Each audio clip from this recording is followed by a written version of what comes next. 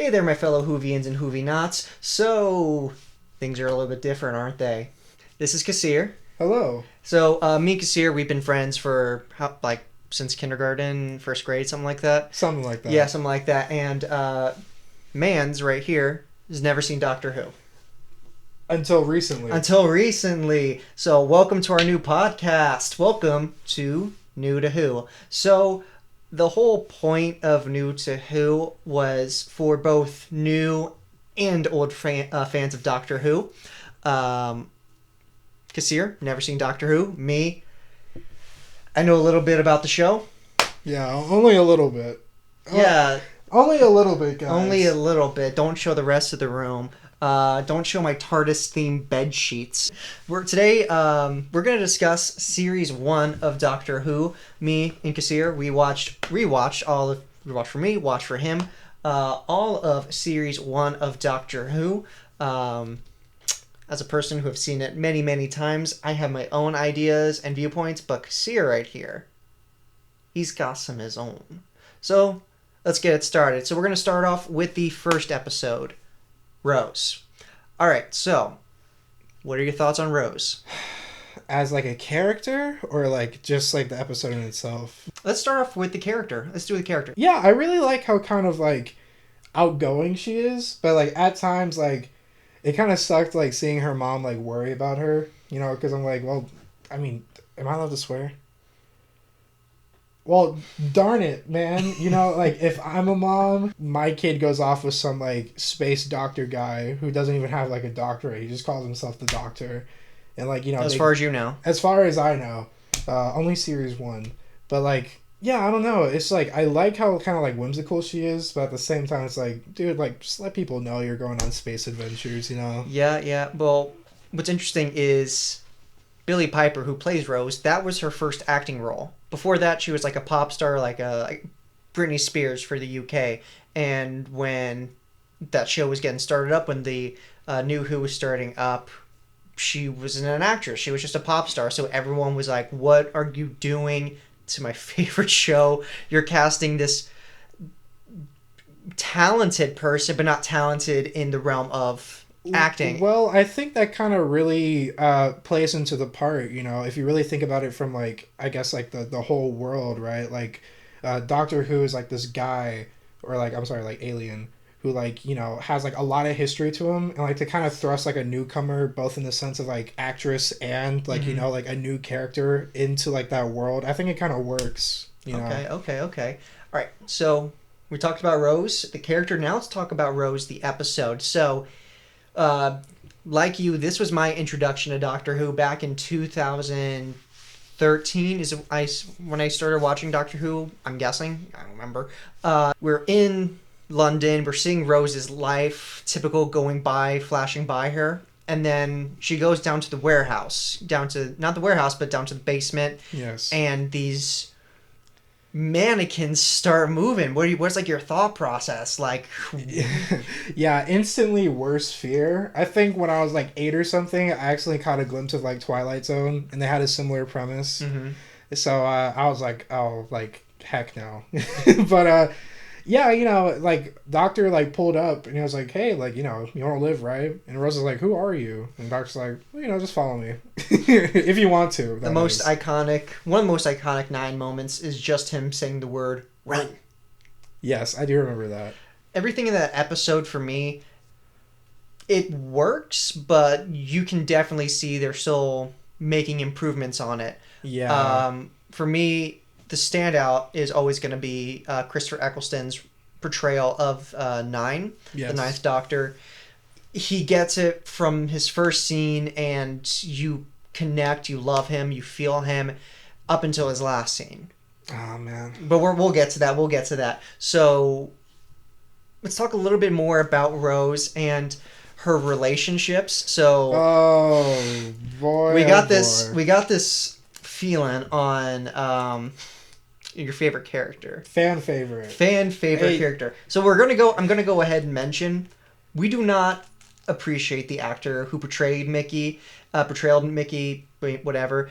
He is not a nice person, so everything we're gonna talk about is about his character Mickey, but there's a little bit of There's a little bit of crossover. Just respect people. Just respect women. Just respect people. So, okay, so Mickey. When we were watching it, every time this man came on, you... give me... So, like, Mickey, come on. What would you do? What would you do, man? I was so vocal about my disdain for Mickey. Like, he could just be on for, like, maybe one scene. He's kind of, like, looking around in his stupid, big, oversized parka. I'm going to put it somewhere around here. He has this stupidly big parka, and, like... Me and Kasir, we love fashion, yes. And parkas are cool. We got nothing against parkas, but how it just doesn't fit. Like, I get oversized, but like his was like, it's like 5 He looked like he was wearing his dad's suit. Yeah, exactly. All right, so moving on from Mickey's choice in clothing, right, to his actual character. Yeah, man, not a good guy in my opinion. You know, I think it's good in the sense that. Or I'm sorry, not good in the sense where it's just like, oh, Rose, like, you gotta choose. Like, I feel like giving people ultimatums in general, that's just not the move. It's like either like this charming space doctor or me, Mickey, like a goofball that doesn't really have much going on.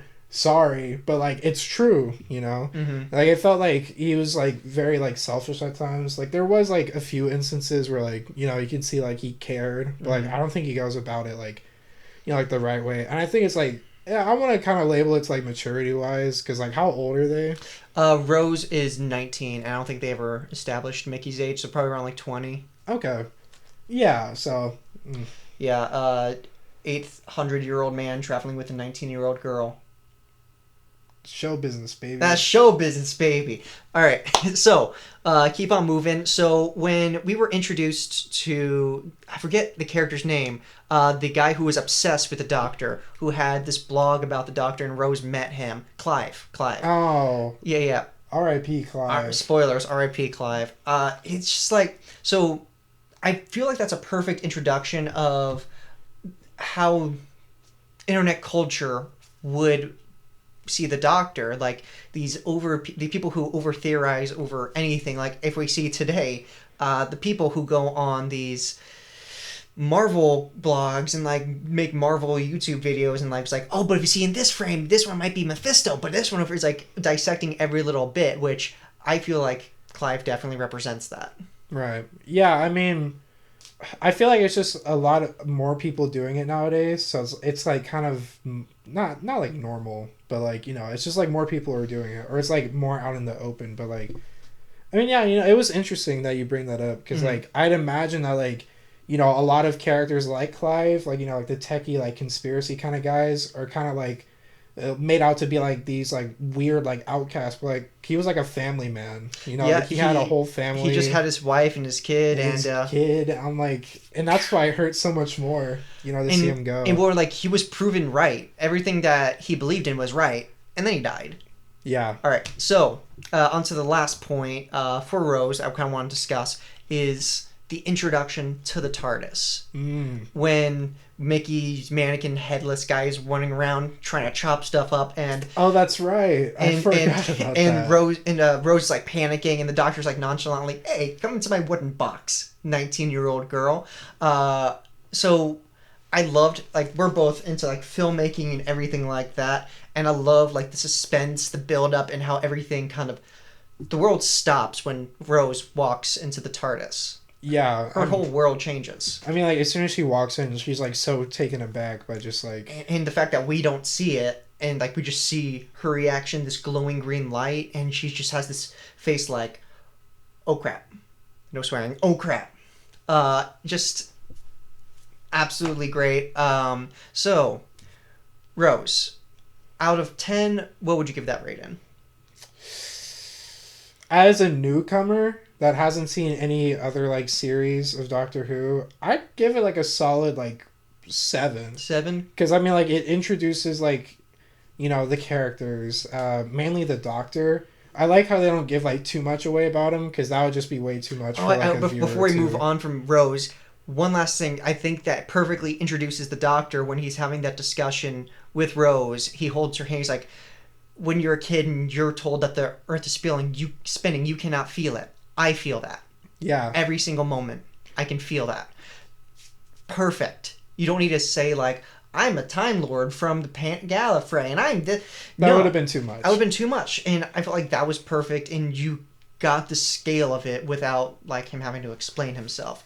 Now, as someone who's seen this episode so many times, I've kind of grown to appreciate it, but not really enjoy it. What are like some of the off-putting things? So definitely its tone. The scene with your favorite Mickey and the garbage can, where he tries to escape, but it's not letting him go, and then he falls in. Then the garbage can burps.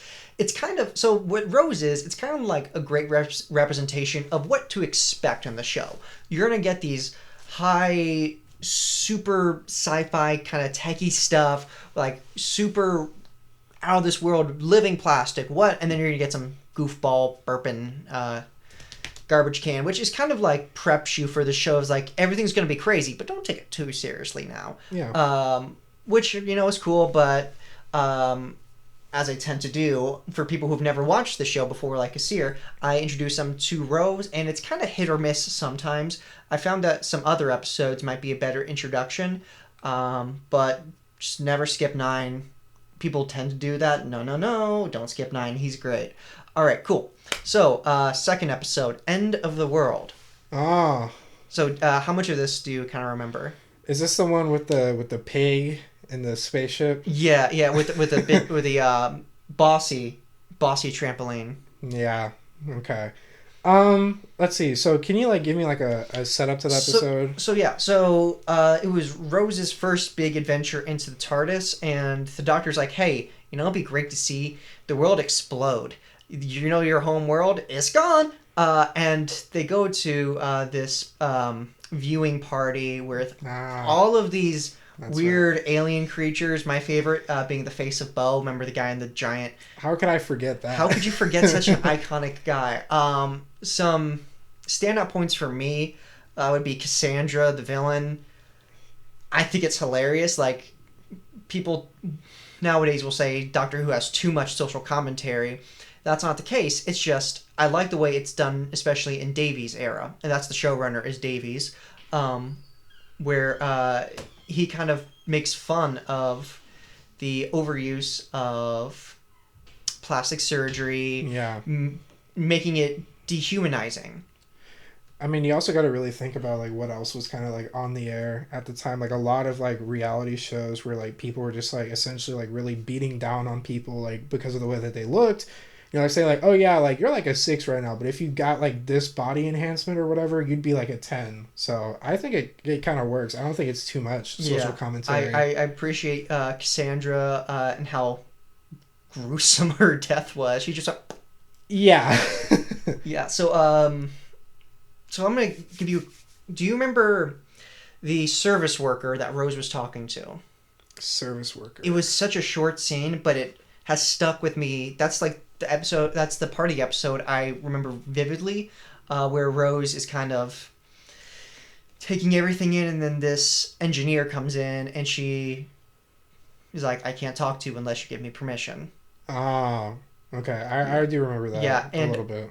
The part of me that really remember, like, why kind of it stuck with me is good people die, and there's nothing that is done about it. Like, this character, from what we saw, did nothing wrong. She was just doing her job, and she was very nice, very sweet. She died. It's Doctor Who can be very, very brutal. That's kind of something similar to when I felt like when Clive died. Mm-hmm. I was like, well, like, dude, like this guy, like we said, like had a family. Mm-hmm. He was like in the conspiracies, but like it's not like he was like being like a false prophet or anything like so like self like fulfilling. Mm-hmm. He was just like a guy. He was like, yeah, like I've seen the Doctor, and I think one of the things like I've come to realize like on this show is like yeah, like Doctor goes on like merry adventures with like some innocent people are gonna bite the bullet, unfortunately. Yeah, it's a common occurrence that there's a lot of death. Like when Clive says, wherever the Doctor goes, death follows. Yeah. Which is we kind of see nowadays with that episode. So another standout moment would be when the Doctor gives Rose the ability to talk to Jackie, her mom, from her cell phone. That's like, and it's also like billions of years into the past, but Yeah. she's talking to her at that moment. Like, it's outdated in like 2021, but it's super outdated in that episode. That flip phone, man. Oh, you think the doctor would be like, "Oh, you guys don't have iPhones yet?" He doesn't even know what an iPhone is. Could you imagine if he's just like, "Oh yeah, iPhone." Yeah, and we were like, "What?" And then we come back like 20 years later, we're like, "Yeah, how did he know?" Wow, Russell T Davies, what a guy, what a thinker. So I really like that, and what I love when Doctor Who does is like these very human moments. You know, a daughter talking to her mom doesn't really seem that interesting, but with the idea of like her mom's dead at this point, but she's also there. Yeah, it's very mind-boggling trying to like wrap your head around it. Yeah, timey-wimey, don't worry about it. You'll get that joke in 2 more seasons. Anyways, so oh boy. It's gonna be great. So I think the last thing I kind of want to bring up with End of Time is that end scene. Do you recall that one? It's after they leave, after the world's exploded and Cassandra dies, Rose is like, none of that mattered. What I'm doing right now, it doesn't matter because it's all going to blow up. And then the doctor's like, come here. And he takes her back to modern day London, 2005 London, and shows her, you know, it's still here, but it's not here forever. So, yeah, might as well enjoy it.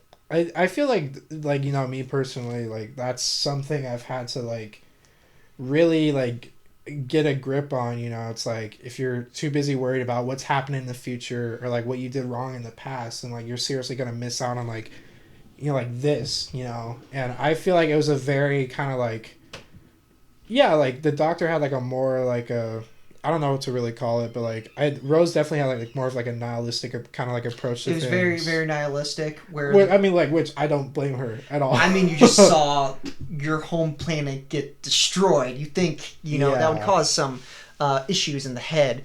But the doctor, you know, as much of a time traveler as he is, he's seen so much. He's seen so much death, so much destruction, but he also has seen so much life, and he tries his best to preserve it and keep it around, but he realizes it's not going to be there forever.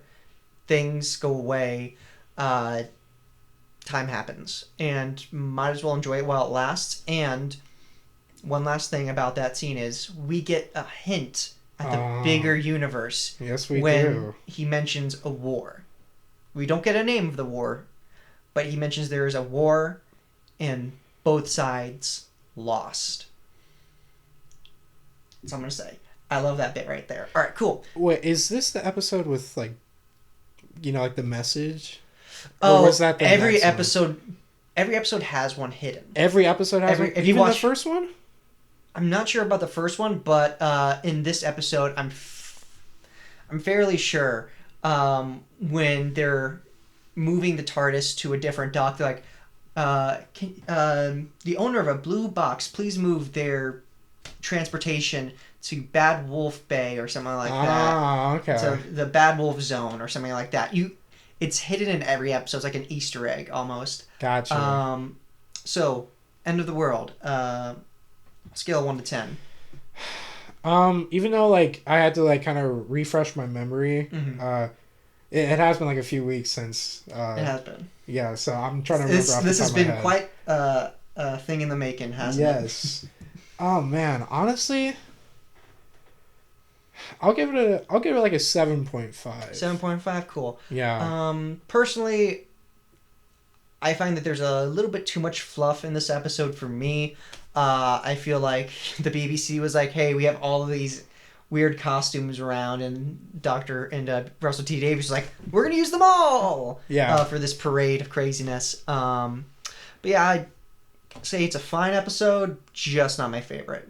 I will say, like, yeah, like I guess I'm a little bit more like biased towards that episode because it's just like, you know, like the whole like message behind it, you know. It's like, well, I mean, like the doctor, like he can in certain instances, like, you know, like control like the outcome of like what's gonna happen, but like the less that you worry about like, you know, like micromanaging or like controlling like every little aspect of your life, I think the overall like better off you're gonna be. So he says everything has its time, and that was the other's time. And Rose was like, "You have to save it." He's like, "No, I don't. I don't have to save it." And that goes back to when he didn't murder Cassandra; he just let it happen. Yeah. Which you can kind of, but he didn't. But he didn't pull the sword. He didn't shoot the bullet. He just watched it. Yep. All right. So the next episode, which I think is probably the most forgettable in series 1. Yeah. The Unquiet Dead. Yep. Do you remember anything about this episode? Yeah. So this is the one with Charles Dickens. Yep. Yeah. Watch your swearing. Charles Richards. So Charles Dickens. Charlie Johnson. Charlie Johnson. So, Mr. Charles, what are your thoughts on this episode? Because, I want to see how much you can actually remember. Because me, after I watch it, I kind of forget most of what happens. I'm like, oh yeah, it's like, for me, it's like an episode that is a filler episode. You get a little bit backstory, but not too much.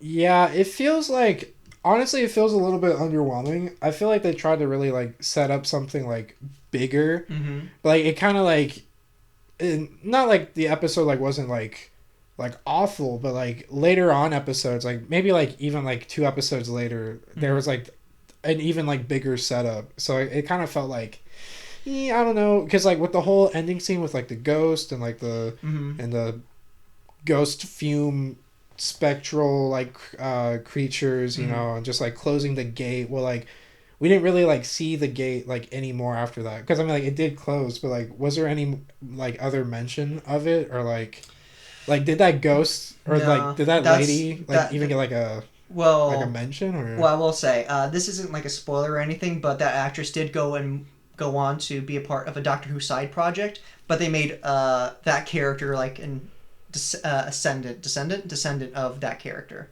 Oh, so it's kind of touched upon, but it's that's not kind of cool. It's not really an episode that's talked about that much. What I think would have made it better is if technically it is, but make it a Christmas special. You haven't gotten to them yet, but every Christmas up until 2018, there was a Doctor Who Christmas special. Oh.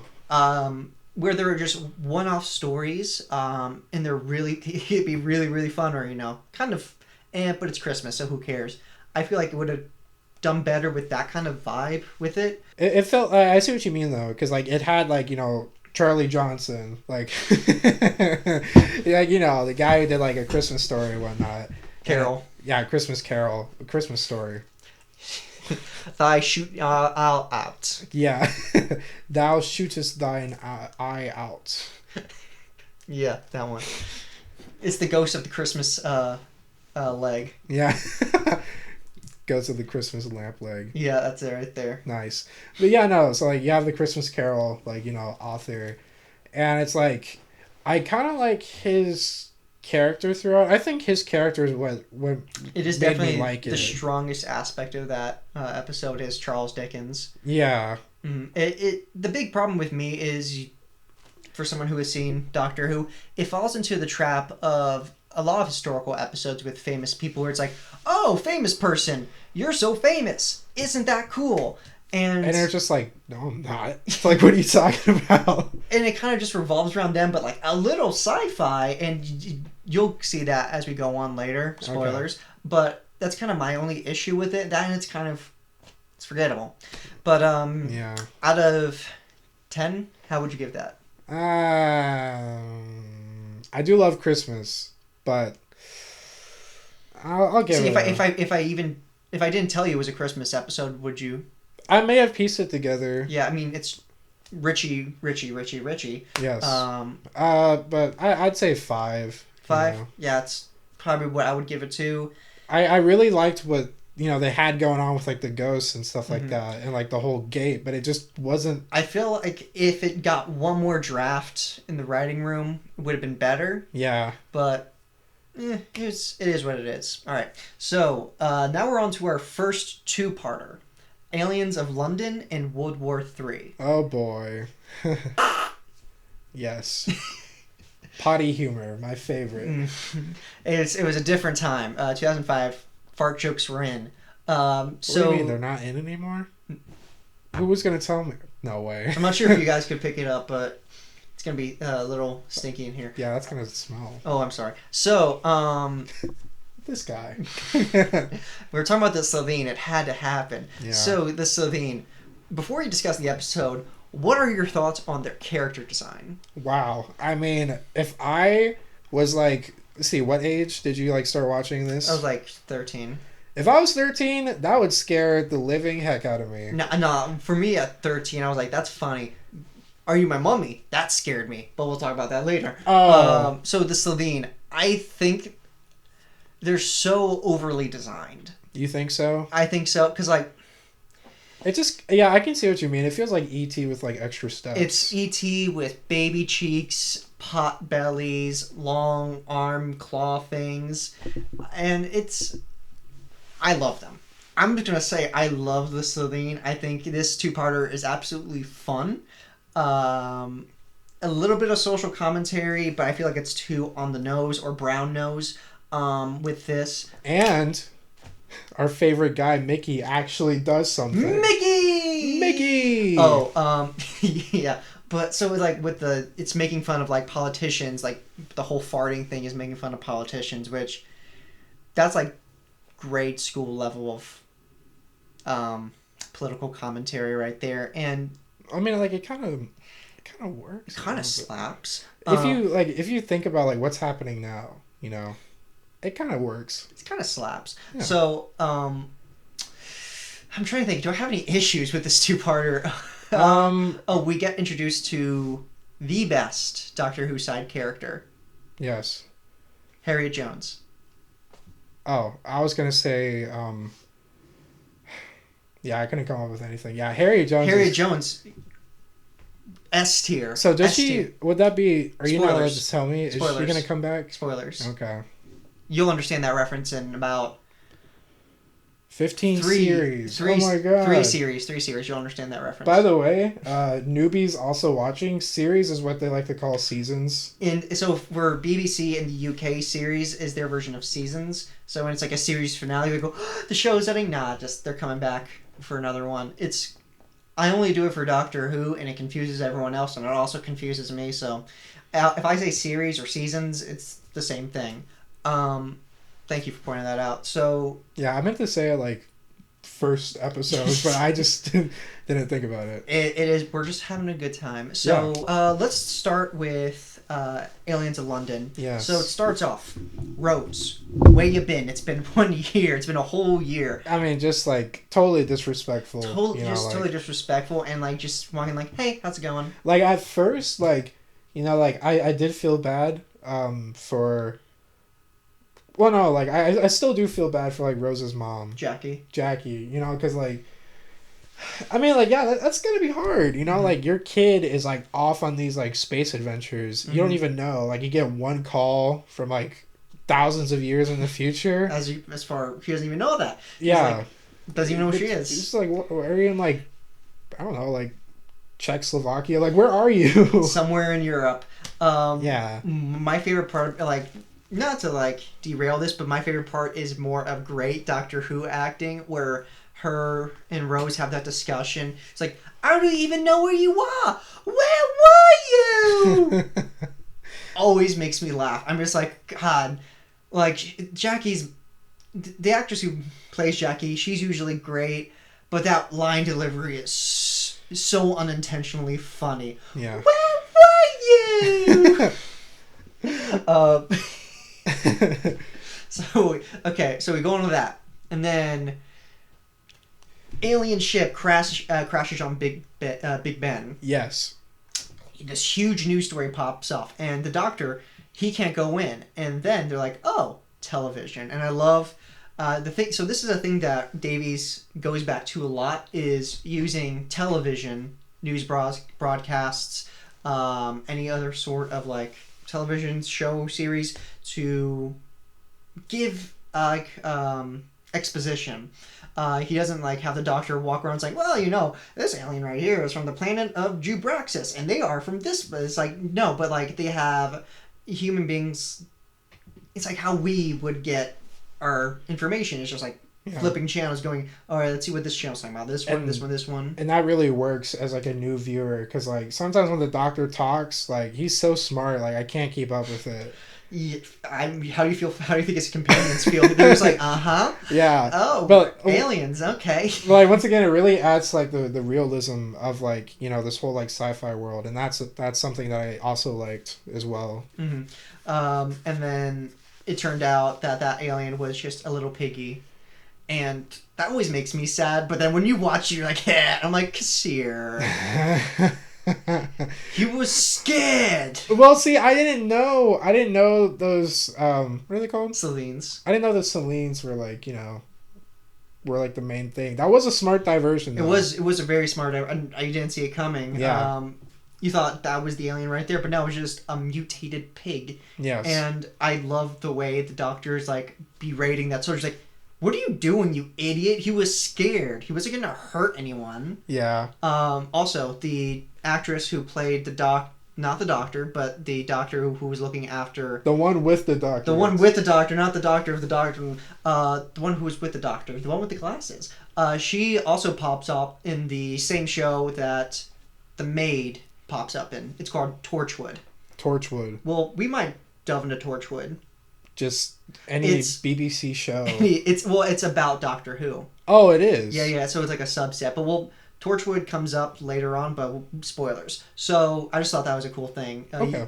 Once you watch the show, you're like, oh, that character plays this and that and that and that and that and that and that. Yeah. And you'll see a big thing of that in series 4. And have all this wealth of information. It's so nice. So then we meet the Selines, and all that. Yes. It is what it is. We're not going to delve too much into well, what did the farts mean? We know what they were meaning too. It was like political commentary, but like farts equal funny. Farts equal funny. That's what we learned today, kids. And also, don't take politicians too seriously. Don't take politicians too seriously, of course. Yeah. So let's just breeze by World War III because it's kind of like just a big action scene. World War III was. Wait, you want to breeze by Mickey's most important role? I thought you might say breeze and then make a fart joke. No, that would have been great. That would have been. But really also, cool. I'm upset. I think I speak for the people, everyone watching, when I say that Mickey, insert last name, is my favorite character. So for you to insist that now I'm trying to remember Mickey. I'm gonna look this up. Hold on a second. I want to say it's like Johnson, but that's an actor. I'm pretty sure. Mickey Smith. It is Mickey Smith. Oh, there we go. You're right, and I hate you. Do you even know who Omega is? Do you even know what the Glove of Rassilon does? Don't talk to me unless you do. All right. So, so Mickey saves the day. Yes. Yeah, but we meet Harriet Jones, who's the best, and we love her, and she gets stuff done. She don't care who she has to talk to, but she's gonna do it the British way, which is extremely nice. Yeah. Like she offers the guy the tea where no one else is paying him any attention because everything is chaos. They think that an alien landed and they have no idea what's going on, and the prime minister, as far as they know, is missing, is dead. R.I.P. R.I.P. Another innocent. Another innocent in the tale of Doctor Who. So with World War III and Aliens of London, what are your final thoughts on that? The first ever two-parter in New Who. So do you want me to do like a rating for both of them together? Let's do them as a story. So how I do two-parters usually is I combine them into a story unless like they're extremely like we're gonna say the series finale are 2 different episodes because they're vastly different, but these 2 are pretty much like one big story. Okay. Yeah, I mean, like I said, I really liked it. I feel like sometimes, like, when you have, like, an invasion in, like, a show, it can be, like, any genre. Or, like, it feels, like, a little predictable, but, like, it honestly got me, because, like, I went in, like, okay, Doctor Who, like, mutated space pig. Like, I can see that being an alien. Back in the 70s, probably. That would have used the whole series budget right there. Yeah, but, like, to have, like, the Celines, like, they do, like, the Celine Dion's. With, like, the... You called them Celines. I was like Celine Dion's. Yeah. What are they called? Slovene. Sorry, Slovenes. Noob here. Near. Wherever. I'd buy that. I'd buy that for $1. All right, so sorry, Slovenes. Right. So the Slovenes. Slovenes. The Sylvesters. All right. Sylvester Stallones. Yes. I I'm an alien. 1, 2. yeah. I let's see. Yeah, design wise, I wasn't really feeling it. You know, maybe if they went for like more kind of like, I say this like grotesque like features. You know, Mm-hmm. because like they make like Slovenes. Booyah! They make Slovenes seem to be like these certified like killers, and like I noticed this in like kind of like Doctor Who like general, like Mm-hmm. the quote unquote like violence of some of like these aliens. It's except for like one race, except for Yeah. one race of aliens. Like some of these That other one behind ones. you. Oh my god! We got some pops behind him. We'll show you later, maybe. Yeah, we can do like a pop Oh. display at the end. We'll get to that soon. But like yeah, like you know, like these certified like killers, like nobody messes with these guys. You know, I felt like their design like didn't quite Yeah, match it's that. kind of a problem that Doctor Who has had for years. In the early days in the '60s, these monsters would be made out of like saran wrap, bubble wrap, and cardboard. Yeah, it doesn't really like sell. I mean, like yeah, the claws, like I can see that, you know. But like aside from that, you know, They're limited because it's basically a family show. And they right? can't like have these monsters with blood oozing down them and I like wish. these massive hulking creatures. Got a little bit of beer bellies. Yeah, but Yeah, I definitely can see that. And in 10 series, 10 series from now, you're definitely going to face a creature and you're like, how 10 series from now. Yeah, yeah, So yeah. series 11. Series 11. Oh boy. Those who have watched that, you'll know what I'm talking about. You know. So Yeah, but as far as like story goes, I really like the build up, right? Because at one mhm. point there was like a standstill with like the Doctor and his squad and like Yeah, the when they're in the archway. yeah, and it's like okay, well like you're not gonna kill me, and I was like yes you are. It's like no you're not, and then they like lock themselves in the room. Mm-hmm. Once again, shout out like Harriet Jones, like seriously like MVP. But yeah, I would say. And you know, I joked around about like Mickey like having like importance, but like really that was like his first like episode of It was like importance. where he's starting to make a turn into a useful character. A very light kind I of can't wait emphasis for you on. to meet future Mickey. I can't wait for you to meet the next Oh version of Mickey's. boy, All but right. So, yeah, Eons in London, World War III out of 10. What would you give that? I'd give it an 8. Give it an 8? Okay, Yeah, okay. I can't wait for them to make a pop of the Slovene. I'll be the first in line for that. they haven't made it yet. I don't think so. And Oh wow. if they have, send one of me.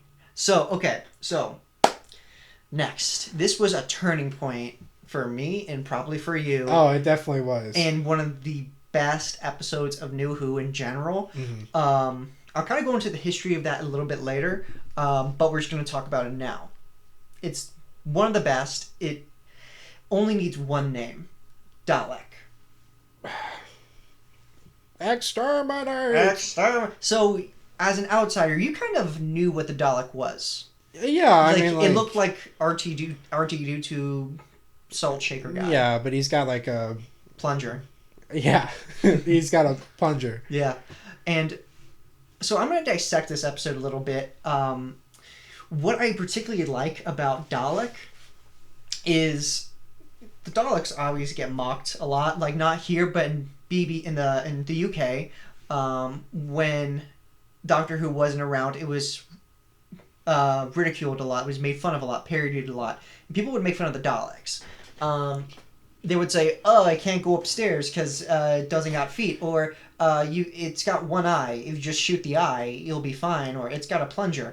And the thing I like the writer does is he's like, "Oh, you think that's you can just exploit that? No, you're still gonna die." Oh my They're like, "It's a gosh. plunger," and then he grabs and crushes the dude's face, Yeah. and then with the ice duck, yeah, that's its weakness, but good luck trying to hit it. And like an oh crap moment, like a pants turning brown moment is when they're at the stairwell. Yeah. So all right. I want to get your what was your reaction? You're like, oh, they're in the stairwell, they're safe. Oh my god. Yeah, I mean, I feel like it was like word for word, right? But like, dude, when okay, so like they can like hover or like fly, whatever, right? So like when they were like kind of coming up, like after I've seen this thing, like the face plunger thing and like just like eviscerating people essentially, like Turning them into skeletons. yeah, I was like, oh my gosh, like these guys are like these guys are certified killers. They're OGs, like in both the literal sense. Oh, I was going for like an alley oop. I didn't know if that was like a spoiler. Was it part of a thing? I was like an OG, like original gangster. What? Yeah, well, I was referring to the original show. That and the. Well, they are the. I want to say they're like the third villain that were introduced in the show, maybe the third or fourth in the original series of like 1963. Oh, the Time War. They were the original villains in the Time War. Is that what we're going with? Well, I thought like. From what I gathered, is like the Doctor and his race of people went to war with like the Daleks. Yes. And there were so many like casualties, right? Mm-hmm. Like they made it seem like this Dalek that was being held in like was the last one. And it's poetry that he is facing the last Time Lord, the Doctor. Yeah. Because we get hints of like the Doctor saying, "I'm the last. I'm the last of my kind." That was the first time I saw like the Doctor like really lose his stuff. Well, like, what I love about Eccleston's Doctor that you don't see in a lot of other Doctors is his character development. Because 9, he's got PTSD. Like, oh yes. Like when he first sees the Dalek, he is absolutely scared. But then when he realizes, oh, it's useless. I'm going to murder you. Yeah. I'm going to intimidate you. I'm going to mock you. I'm going to beat you senseless. I want you dead. Whoa. Like, is this the same guy? Yeah, dude. This was like the same cheery guy that was like playing with his ears, playing with the cards in the first episode. Yeah. It's the same guy, but a whole different side to him. And that's why I think Eccleston shines in this, because yes, he can do the silly stuff pretty well, but when he flips, it's believable and it's scary. It's more scary than any villain in this series besides the Daleks is Eccleston in this episode, because he is vicious and he just wants death to this creature, which is and he's a character that we've seen him come up like from adversity a lot. So there's a good chance he can do this. And we're scared, and we don't sympathize with the Dalek that much, but because Rose wants to help it, we in turn want to help the Dalek. Yeah, I mean, gosh, like where do we even start? Okay. So let me start with this. Adam Mitchell sucks. All right, next character. All right, cool. So we're not going to talk about Adam Mitchell in the next episode. Whatever. So we're not. So Dalek. Yeah. So what I feel this episode does is make one Dalek scarier than anything that can be thrown. Like one creature, when he says, the Doctor says, one Dalek can destroy the world, we believe him. And from the actions we see, and it's not just because the Dalek goes in guns a-blazing, shooting everyone, it's because it's a tactician. When it was up against all those soldiers, it's turned the sprinklers on and electrocuted them. It's a master tactician. That was brutal. It will outkill you, it will outwork you, it will outthink you. Like we were mentioning when he was in the cell, like, oh, that takes a billion combinations to figure out. And the Doctor's like, he could do that in seconds.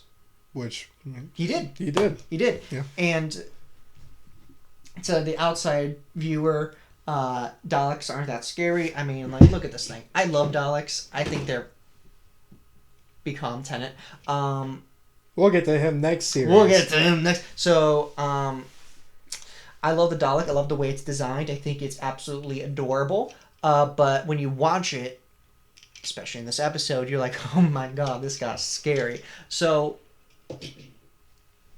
I want to now get your opinion on how they utilize this Dalek and how they make something utterly, truly terrifying. That is a good question. I mean, like the first, like, scene that we see it in, right? It's like restrained in this laboratory that's like deep underground, right? Mm-hmm.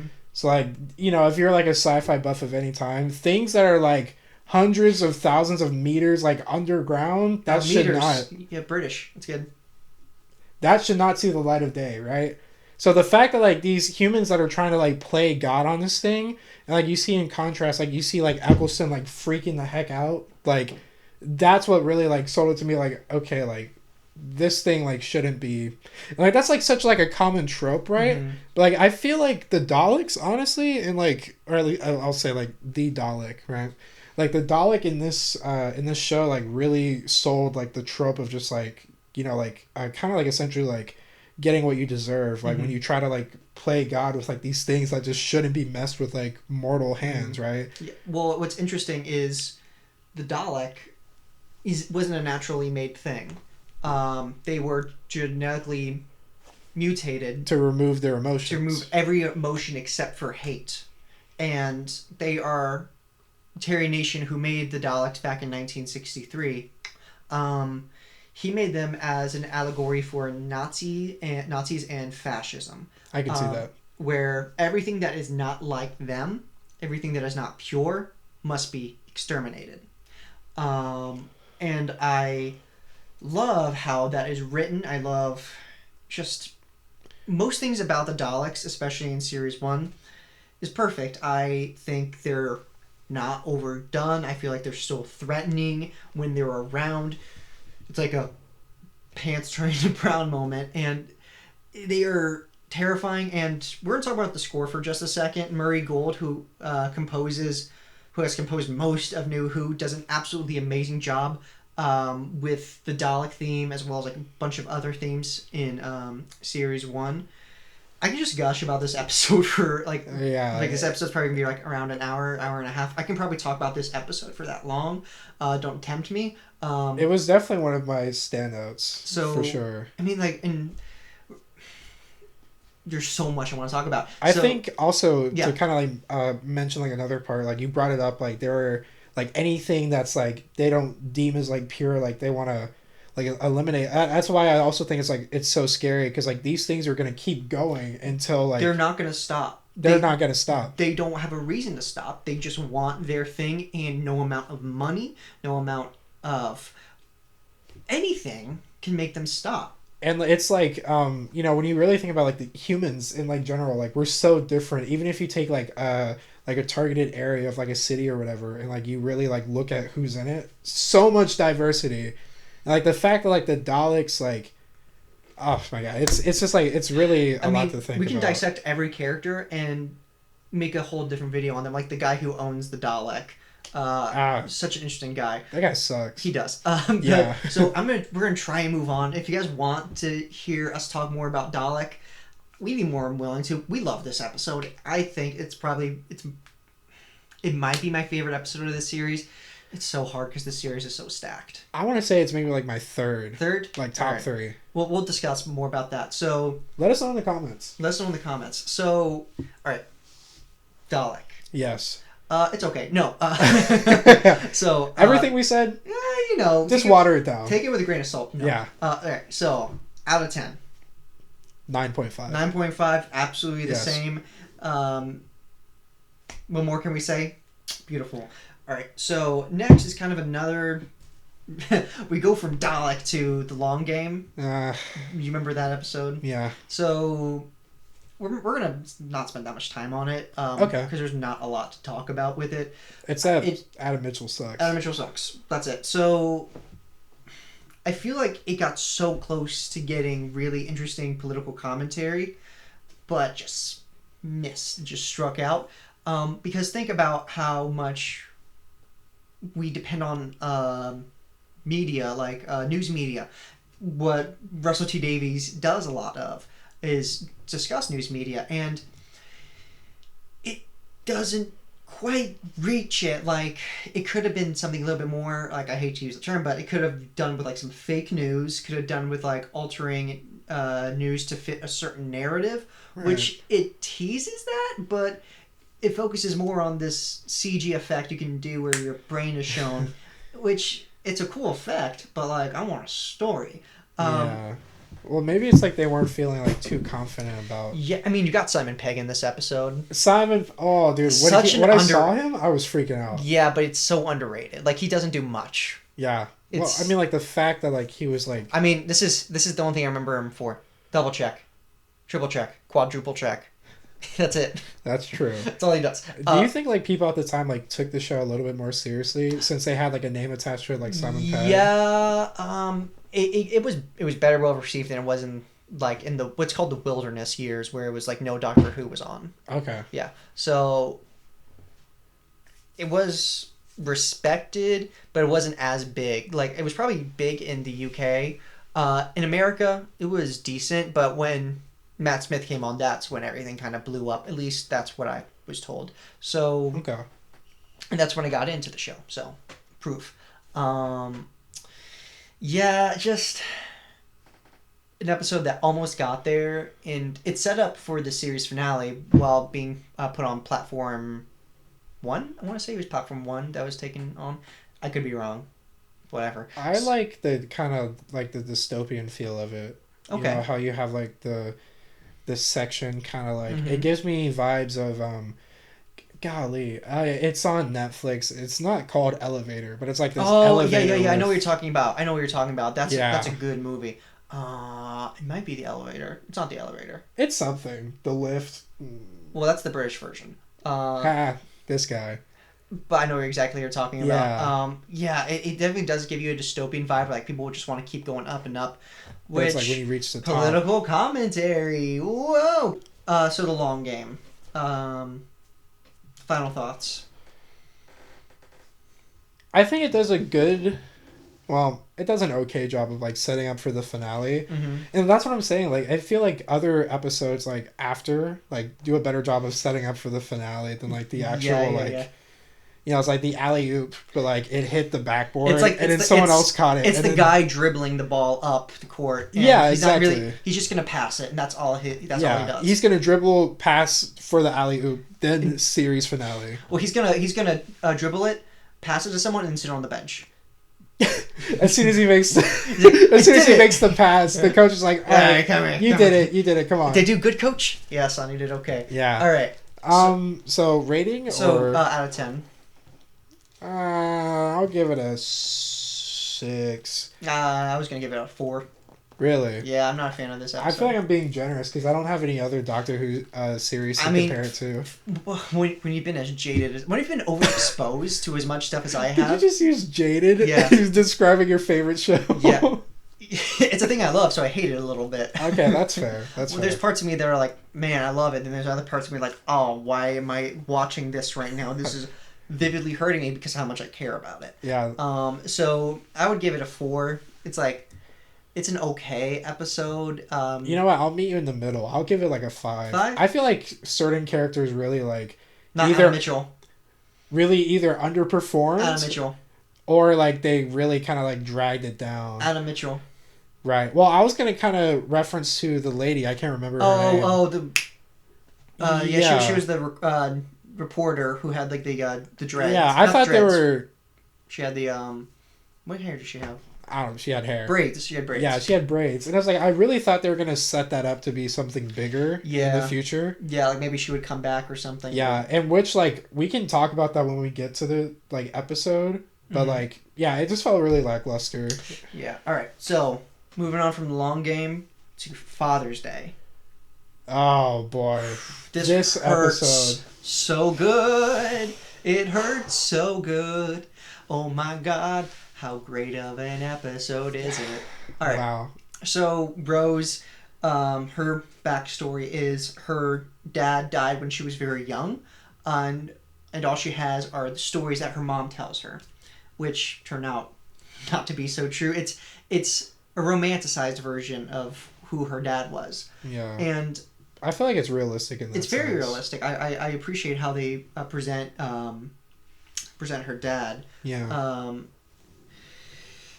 So Rose is like, I want to go back, see my dad, and I want to be there for him when he dies. And the doctor's like, okay.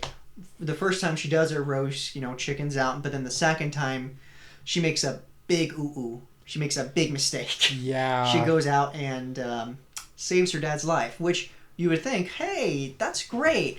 But then, monsters. So, all right, so... I wanted to say, this feels like, at least for me, like one of the first episodes where you really see the consequences of messing with like the time line. Yeah. So this is like the biggest instance of like paradox, which I feel like is a good thing to have in this first series. So you know the limits of everything, because they reference it, but they don't show it like this ever again. Okay. So I feel like this is a great way to show and like say, hey, here are our limits in this universe. We cannot go past this anymore. Noted. So I absolutely love Rose's dad, because at first he seems like, you know, just a bro dude who, like, not a bro dude, but like a brov, or like, you know, just a regular Joe Schmo, just trying his best. His life isn't where he wants it to be. His wife kind of hates him. We've all been there. And Pete Tyler, to me, he's a very underrated character. I absolutely adore the actor who portrays him. Portrays Yeah. him.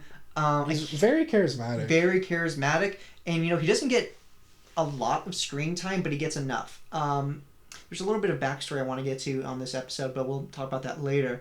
I forgot to do that with the Dalek. We'll talk about it. We do another episode of Dalek. Hey, so.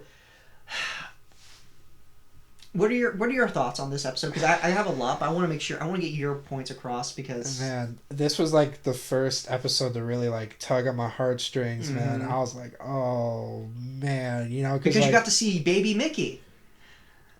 I forgot about that. Holy crap! But no, you reminded me of my favorite character, Mickey Smith. Mickey. We hate you, Noel. All right, so yeah, you know, like Mickey aside, I know he was great. Really, like the whole like episode stealer in my opinion. But Pete Tyler, you know, just like, oh man, Pete, you know, like what you're saying, like he's really trying his best. Like him and his wife aren't like on the best of terms, and like I think it's interesting because like they have like kind of flashbacks from when Rose is like, you know, like 6 or fairly young. Yeah, fairly young. When it's just like Jackie's like telling her like all these things about like. Your dad, you know, he was always sweet, you know, he was so nice, such a kind man. And then you see like the actuals like, oh no, he wasn't that great of a person. You know, he was a guy, but he wasn't like perfect. Yeah, but like he kind of like and that's kind of, well, I'm not going to spoil it, but like go into the ending yet. But that kind of sets up the ending of the episode too. Yeah, like he builds up to that. It builds up to that point, but I like the relationship of Rose and Pete when Pete doesn't know who Rose is. Yeah. Because he's just like, you're just a stranger I know. And Rose's like, please stop talking about relationships. You don't even know why this is weird, but it's so weird. Please don't talk about it. He's like, okay. And he's like, yeah, okay. He's like, boyfriend issues? Please don't even go there. Okay. Yeah, Pete was definitely shipping. I mean, Eccleston with Rose. If Tumblr was around, they would too. Oh boy. Yes, they would. So. Yeah, but so we move on, and then we get to the big set point of it, which is the church. And one of my favorite little scenes, and I made sure you were paying attention to this part because I absolutely adore it, is when because it's taking place during a wedding, and the bride and groom are like, you know, this is a big event and we don't feel like this is what's happening, these demons coming after us, such a huge thing, and we feel so small, we don't feel important. And the doctor's like, you are important, because he hears their story of them meeting 2 a.m. in a bus station and falling in love after that. And he treats it like it's the most beautiful thing he's ever heard, where he's like, that is pure, that is love, and that is great, and that is a life I will never have. Which made you go, Doctor, I'll be your love. I will meet you at a train station at 2 a.m. I mean, it really just goes to show, you know, like, kind of really, like, hits back to the second episode with, like, you know, like, nothing really matters. Well, it's like, you know, to the doctor, like, all these, you know, like, things that people view as, like, trivial kind of moments in their life. They're beautiful. Yeah, it really is. You know? It's human. Like, for someone that seemingly, like, has seen it all, that's, like, done it all, like, you know. He takes... Am I just ready? He takes his time to smell the roses. But not in that way. That's weird. So, all right. So, then we get to the part where Mickey comes in. No. Then we get to the part where Pete figures out who Rose is. How was that moment for you? Yeah, I feel like it's like a common kind of like trope in like some shows where it's just like, you're familiar, but I can't put my finger on it. Who are you? But like, oh, this hurts. And like, he's asking like, well, like, am I like a good dad? Am I like the kind of dad that like takes you like picnics? This and is stuff what I like was mentioning before, where it was like that kind of plays into it, where like Rose tells Pete like what Jackie told him, like the idea, like, oh, you were such a good dad to us. You were always there for us. You took us on picnics. You did all this for us. Yeah. And then he realizes she's lying because I'm not that good of a person to do that. But he does what he thinks is the right thing to do at the right time. He is a dad when you need to be a dad. He does the he does the hardest thing. He basically lays in front of a moving car to die, to save everyone, but to especially save his daughter. And so I'm going to go into the behind the scenes a little bit. Okay. Because I feel like this really really makes the story of this episode just feel so much more, so much bigger. So you kind of noticed Eccleston wasn't in too much of this episode. That's what's called a Dr. Light episode, where either the doctor or the companion, they're not in the whole episode, and that's so the actor can go home for a little bit, because it's 8 months of shooting nonstop. They can go home for a little bit, they can rest, they can maybe do something else for that little bit of time. And this was kind of the first Doctor Who, Dr. Light episode. It's not too much Dr. Light because he is in it for a decent amount, but just not all of it. And at that time, Christopher Eccleston's father did pass when they were shooting this episode, and him living in this, seeing it happen, he talks about it more. He does have a book, I Love the Bones of You, which is a phrase his dad told him a lot. It just adds so much more depth to such a silly little sci-fi show, but it like can affect you in such a human level. Yeah, I mean, I feel like that's what really, turned me onto the show. It's like, like space adventures, but then also it's like you have episodes like these where it's like very grounded. Like, it gives the actors or like the actresses like really time to shine. Like these, like, like in a world filled with like, all these like things that are so like undetectable to like just a regular like human eye. Mm-hmm. You give these people like a chance to really like shine, and to show that everyone be the is best like, them that they can be. Yeah, exactly. And I mean, just my own personal experience, it's like, not having like the best relationship with like your father, like thinking that, like he could have done more or I could have done better. But like, I mean, really, like when you see something like this, and it's like, it kind of plays into the thing where it's like people are like, man, if I could do this or like do that, if I could just see that person like one last time, and it's like you actually go there. You can do it, and you have a bond. All right, so we've gushed about this episode a lot. Yes. So Father's Day, I'm gonna give it a 10. I'm gonna give it a 10 too. Like, is it the best written episode? No. Does it have the best special effects? No. Early 2005 budget here, guys. But the story, how it's implemented, how it's so raw in all the best ways, and how it is so sweet in the same way. Just great episode. What I think Doctor Who should be all the time. Unfortunately, it isn't, but I'm so glad we get this episode. All right. Now, we move on to the spooky stuff. Uh-oh. So, the empty child and the doctor dances. Well, to start this off, I'm going to start off with a question. Are you my mommy? No. Oh, it sucks. Thankfully not, because, gas boy. mask. So I'm going to let you lead off with this one, because I feel like this is actually a pretty good starting off point for Doctor Who. There's some little minutia stuff, but like I feel like it's a good starting off point. So I want to get your viewpoints and thoughts for this episode. Right. So I don't remember like the beginning to the fullest, but I think it's what, World War One, World War Two. World War Two. Okay. So Doctor and Rose, classic duo. They go to like is it like London? Yeah, And, they're in World War Two London times. Okay. London times World War Two. Yeah, so they like go back in time, right? And it's like it's you got like bombs dropping, like sirens happening, like in the background, and I mean like the doctor. I think the doctor he should have said this if he didn't. He was like, okay, just like stay here. To Rose. He always tells his companions to stay put, don't run off, and you know what they do? They go and do whatever they want to do. Hey, all I know is that if I were Rose, I'd be like, hey man, yeah, I just saw my dad. Well, we don't know if that was the event right after, because it's a time travel show. They could have had 50 adventures in between then. That's true. I still probably would have been caught up on the dad He's stuff. like- Yeah, he's like, all right, Rose, stay here. I'd be like, hey, No. you don't gotta worry about me. But yeah, so like the doctor's like, Well, she did, but then she saw a little kid like calling. He's like, "Are you my mommy?" With a gas mask on. Yeah, I didn't, and like this episode was so like not like misleading, but like it was so good and like the build up to like like the quote unquote like villain, right?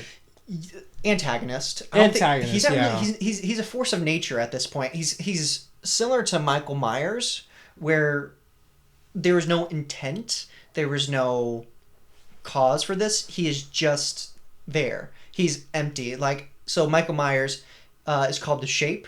This is the empty child. There is nothing inside. It is just a force that is guiding them. So we see, Rose kind of like, like I guess like kind of try to get to this kid or whatever, just like stay there, and like she gets to like the top of the roof and like is it the kid like not there? Yeah, the kid's well no, the kid was there. Yeah. But she saw this rope and she was like, "Oh, I'm gonna better climb it," and it was a blimp. Oh yeah, like come on, Rose. Come on, are you Rose. serious? Rose. You've been on what, like at least like 40 space adventures. At least this point. 40 space adventure. When you see a rope, a random rope, Yeah. do you go and pull it? Yes. Yeah. Because it might be a piñata. So. But like yeah, so like she's like, I don't know, she's like on this blimp and she has like what is it like she's a Union Jack or like. I'm about to blow everyone's mind. Uh-oh. She was wearing this. Ooh. It's the same pop. It's from the episode. She's wearing a Union Jack themed outfit. She's got the Union Jack shirt on. She's wearing like a leather jacket. Yes. Probably not the best thing to wear when Nazis are coming to get you. Yeah. So then we meet one of my favorite characters. Oh, the total dreamboat. The total hunkster, Captain Jack Harkness, played by the magnificent John Barrowman. I mean, what more can you say? He's just a cheese ball. He's a ham. He's everything. Yeah, it gives me kind of like William Shatner vibes. A little bit. Maybe better acting than William Shatner with like Captain Jack. Yeah. The pirate one, not the... Yeah. He's also Captain Jack. Yeah. So... Yes. So Captain Jack, we meet him, and the first line he has, he's looking through the binoculars, and he's like zooming in on Rose's butt. He's like, "Nice bottom." Yeah, I remember because he was inside of the like. He's like the office club or whatever. Yeah, Officers something club. like that. Which is like kind of weird. They were having like a party, and then And bombs are... It's a little weird. I mean... I figure that's kind of like what it was like. Like you were living a normal day, normal life, and then sirens. Oh, they're coming to kill us. yeah. All right, let's go into the bunker. I mean, I don't know what it was like. I do. So, and then we keep moving on. We move on, and then we meet. So before we actually move on, Yes. rewind. I thought Jack, being like a noob, like I thought Jack was like another like time Time Lord. Yeah, or like a time important guy, right? You're kind of right. What? I'm not sure if you paid attention. It was kind of hard to understand. It took me a couple viewings to understand exactly what he was. Was he like an agent? He or was something? a time agent. He was a former time agent. It's never really explained in the show what it's about. It's more in the extended universe. They're like the writer Stephen Moffat. Keep that name in mind. Stephen Moffat, the writer of this two-parter. He was like, I don't know. it's a thing. And then people in the extended universe were like, all right, I guess we'll write something out. So the reason why Jack Harkness is where he is because the time agents stole a year of his life, or maybe a year, maybe 2 years of his memories away. Oh, whoa. Yeah, but that's later on. So what I love about this episode is its tone, its atmosphere, and it's genuinely scary. Like, yeah, it's not, oh, this is scary for a TV show. Like, nah, this is pretty scary. Like, it delves a little bit into, like, body horror, but most of it is, again, like, kind of similar to Halloween, where it's all about setting up the tone and the atmosphere. And the monster, it's just a little kid, but it's the most powerful, terrifying little child you will ever see. And, I mean, it's iconic. Are you my mommy? Yeah. Nothing is more terrifying than a child looking for his mommy. Are you my mommy? Mommy. It's actually my mom's contact name on my phone is Are You My Mommy? Oh. Yeah, I'm very sweet. So she reminds me of a murderer. So with that empty child, yeah, we then meet this girl who is taking care of all these other orphan children around town. Yeah. She's getting food for them. It's like kind of like Peter Pan vibes in the last Peter place. Pan, Robin Hood. Yeah. Make sure of them. So there's something fishy about her. We don't really know what's going on, but she tells the doctor to go see the doctor. Different guy, obviously. Second doctor with a doctor. Second doctor. Wow, man. Yeah. We're getting so many doctors. We only paid for one. What a coupon. So what a deal. So then we go and we learn that it's almost a disease. This kid is spreading a disease, this illness, to make people like him. Where the gas mask is part of their face. They have a scar in broken ribs. And the other doctor, the older doctor, well... Was his name like Dr. Hawthorne or something? I can't remember. It's called him Second Doctor. So Okay. the Second Doctor... Lesser doctor. I was about to call him Older Doctor, but I'm like, no, the other guy's like 800, and he's like 70. So the other doctor, he begins to cough uncontrollably. He gets visibly sickly. And then... Oh, boy. Put the scene. Put the scene on. Wasn't that something? Wowee. I wish I didn't see that again. Man, it was just right there, huh? Yeah, it's like I was there. I could reach out and touch it. So But we shouldn't do that. We shouldn't do that. So what was your reaction to that? I was like, yeah, I could see why Hunter was scared of this. Well, to be fair, so I watched this episode like at midnight when I should have been in bed, and I was like doing the whole, I'll watch one more. I binge watched before. It was cool, thanks. And Ted Lasso for me. So Ted Lasso's great. So when that scene and this whole episode was happening, I was at the edge of my bed, just watching it. Every so often, nothing's behind me, right? Cool. I was in my room. There was no one else there. I was just terrified. It was scary. I mean, just like the premise of just like one touch or like one like slip up around this kid reminds me of something. Get vaccinated. Yes, please. So, well, no, they call it. Do they call it a jab or a stab over there? They might call it a jab. Get jabbed. Get jabbed. Oh, that could be a sex thing too. Get jabbed. Get the vaccine, people. So, anyways, it's this is gonna date us. Hopefully, this will date us. We'll see. So, it's this body horror of it all. This is something that we usually don't get in Doctor Who. Is gross visual body horror. And that's what I was kind of like referring to with like the Sylvains. Oh, Slovene. Dang it. You'll get there one day, I'll champ. get it one day.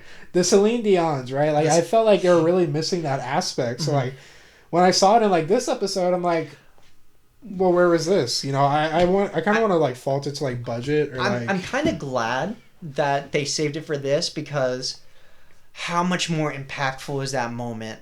Like, yeah. it is a one-of-a-kind thing that you'll probably never see in Doctor Who again.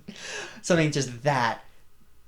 Oh, but imagine if they did that, like... Nowadays with this, with CGI, you might see, like, the eyeball turn black. And so I love that stuff. I love horror. So that's why this is one of my favorite episodes. I do not. So... But moving on from the grossness of this episode, there's a bit of a love triangle happening between Rose, Jack, and the Doctor. Oh my god, talk about territorial. The Doctor was not having it with Jack. Well, it's a thing that you kind of notice more and more. 9 does not like men. Well, Mickey, you know, I love the guy personally. Yeah, but I can see where the Doctor would not like Mickey. Yeah. You know, as much as we love him. Yes. Him. It's a weird thing. It's because... I feel like it's not like all men, but it's like any man that could potentially be like competition for like... I don't even think it's that. It's because anyone who seems like they would have power. Because he has fought in a war with Time Lords, the people who you would presume have the most power in the universe. These manly macho men. Right. And he's done with that. He doesn't want that anymore. He wants something a little different, you know, someone who is sweet like Rose. Well, I was going to say anyone that could potentially like jeopardize like, you know, how close he is with Rose, like not even on like a romantic aspect with like come on, we all looks know. Like you need a doctor. But like anyone on the anyone that's like, you know, that could potentially like whisk Rose away. It's like, "Hey Rose, like yeah, you let's go." You want to go, bro? Yeah. I can see that. I can see that. But it does resolve itself, and you know, I'm guessing you like Jack. I love Jack. Yeah, I mean Jack was cool. I liked how like, you know, the Doctor has like his signature sonic screwdriver, but like Jack had like a whole like, what was his little gadget? He had a sonic gun. He had a sonic blaster. Yeah. But the thing is, like, which it's a little bit cooler. It's a little bit cooler, but it has batteries. The sonic screwdriver. Yeah, I remember he was like the batteries. The batteries. Yeah. And then, you know, Doctor said something about him being like also a beta male, essentially. Also, he stole the blaster and replaced it with a banana. Yeah, I remember. Which I have the pop figure for. Seriously? Him with a banana. Oh, that's so funny. Yeah. Look at that. Look at me. I'm living my best life. So, I wanted to say, yeah, go ahead. Also, that like I really liked, you know, like despite them like kind of beefing, like their two like mega brains like kind of like helped each other. Because I mean, like Jack is hot, but he's like almost as big a nerd as like the Doctor is. I mean, he was a time agent, so like he knows a lot about a lot. Yeah. And while his knowledge is not as vast as the Doctor, his intellect's not as good. He is still, you know, smarter than the average bear. I'd say he's got a lot of like street. He's got a lot of street smarts. You know, he's also, you know, former military. He was great at strategizing. Like in the next episode, he makes that plan. Yeah. Which the Doctor's like, excuse me. I don't know what else I can talk about. Like empty child. Well, there's the last scene. Yeah. But like, I think everything else you just need to watch it. Like even if you haven't seen it in a while, watch it. It's great. Yeah. So then we get to my favorite 9 moment. Probably the most iconic 9 moment, if not the series finale, is the ending of this 2-parter where after all this death and the most horrifying things to the Doctor's seen in a long time, besides the war and all, you know, death has been following this Doctor and there's nothing he can do to stop it. It just happens. He wants it to stop, but he can't. And finally, he wins. And he says the best line. everyone lives just this once. Everybody lives. Yeah. It is a scene that is constantly playing in my head. Whenever I think of 9, I think of his big grin when he says that, like, this stress, this PTSD, while it might not be gone just yet, it's helping. And he's just so overwhelmed with joy and happiness, and I am so happy watching for him, seeing him succeed when he didn't think there was a chance, which he does all the time, but now everybody lives. I mean, this, I mean, truly was, you know, like, we talked about, like, Clive, we talked about, like, Prime Minister, like, we talked about, like, you know, like, Rose's dad. That's a little bit different, but, like, you know, mainly, like, innocent people, like, you know, that just happen to be, like, the same, like, general vicinity as the Doctor, just kind of, you know, but, like, yeah, I mean, like, really as, like, a viewer, like, a first-time viewer, I was like, yeah, like, you know, like, this was, like, a much-needed victory, you know, in the sense where, like, you know, everything went according to plan, everything, like, resolved itself, and I mean, just, like, you know, even with, like, the little kid, like, finally found his mommy. The spoilers, the girl who's taking care of people, that was his mommy. Honestly, I didn't see that coming. Very, very sweet moment right there. God, just, this episode, while it contains some of the most horrifying and some of the scariest moments, also has some of the most uplifting, some of the most heartfelt moments in Series 1, if not in the show's history. And then in the end, when Captain Jack thinks, you know, this is it, this is the end, the Doctor saves him in the end, which I think is sweet. I think it is, too. There was this underlying theme in the episode where it questions the Doctor's sexuality, because up until this point, up until the 8th Doctor, people assumed that the Doctor was asexual, because they didn't kiss the Doctor, they didn't kiss their companions, they didn't have any romantic inclinations with anyone else, any other species, and even in their own species. The 8th Doctor kind of changed that. He kissed his companion, and when 8th is Eccleston? 8th is the guy before Eccleston. That's McGann. That's McGann. So when Rose questions 9, she's like, 900 years, you never danced once. It's asking, you've never had sex. Oh. He's like, and the Doctor dances is like saying, Tango. The Devil's Tango, and the Doctor dances is kind of like a play on that. It's like, they're saying this Doctor, he might not be, like, you know, out there getting freaky, but, like, he is interested in that. This Doctor, at least. Not like the previous ones, probably not, but this one is more interested in that because he is building such a human connection with Rose, such an intimate relationship with Rose. Yeah, I think it's also interesting that you bring that up. You know, unfortunately, like, you know, PTSD really affects, like, a lot of different aspects or areas of, like, people's lives. You know, this isn't, like, you know, I'm no means, like, you know, like a therapist or like a psychologist, but, like, you know, even just really taking the time to kind of unpack my own stuff, I was like, man, like, you know, like, I wouldn't even correlate, like, what happened to me, like, you know, years ago, like, really affecting, like, who I am now, you know. So I think it is interesting that you bring that up, because this was a good episode. Yeah, dude.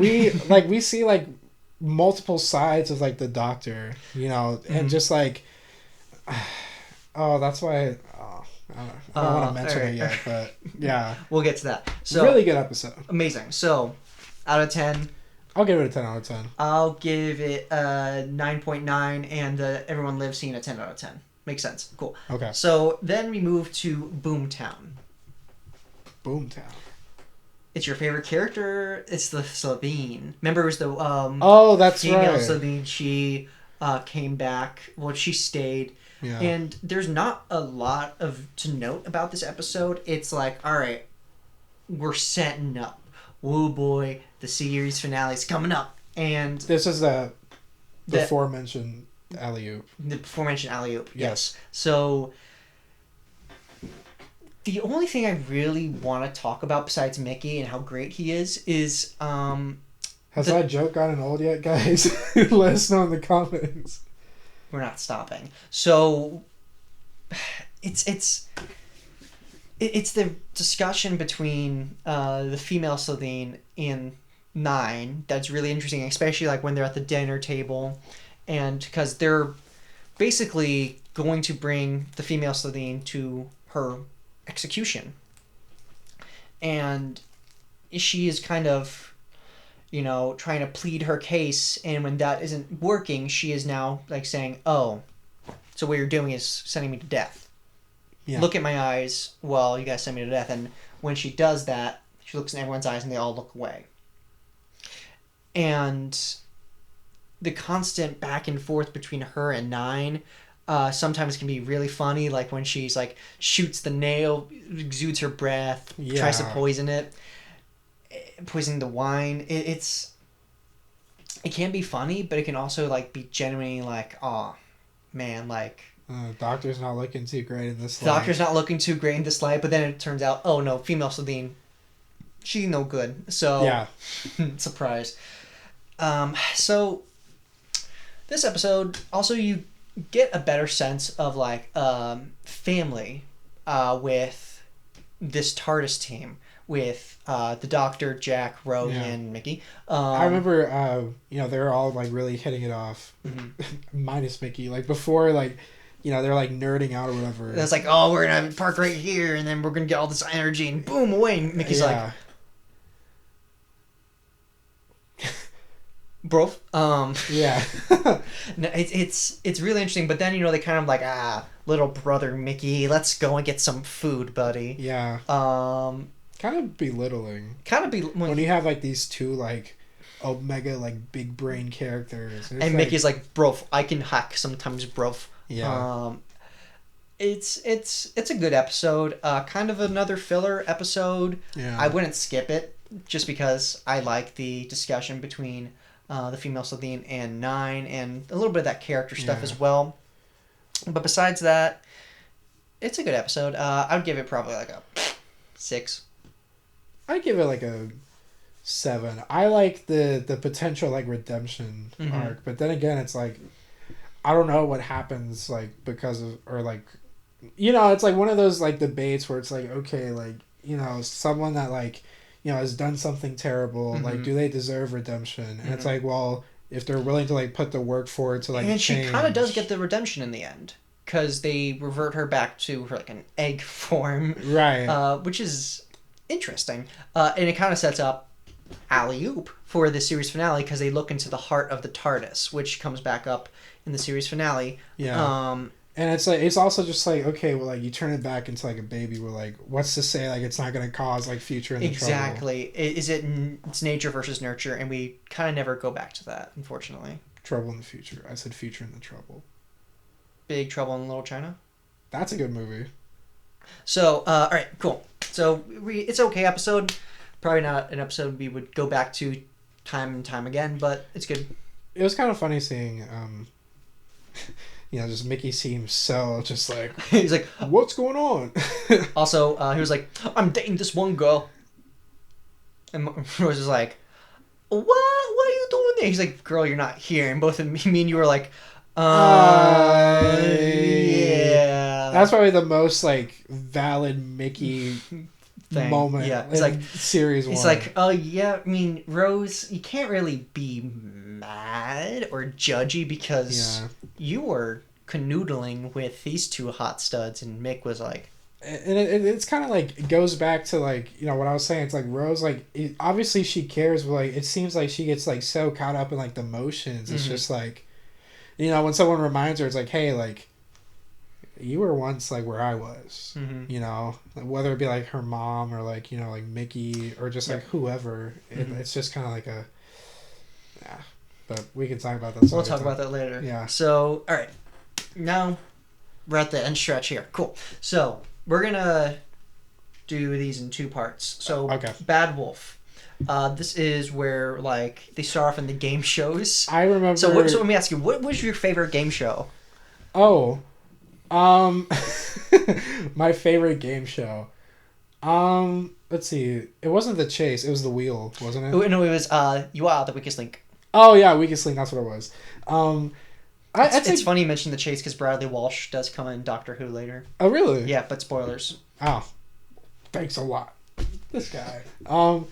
Yeah, I'd say probably that one because like just seeing like Rose like being like, oh yeah, like you guys are dumb, and like the guy like next to her is just like, bro, like you gonna die, and then when like she's like, it's only a game, guys, stop, and then. Have you seen that ninja tweet where he's just like... It's not a game.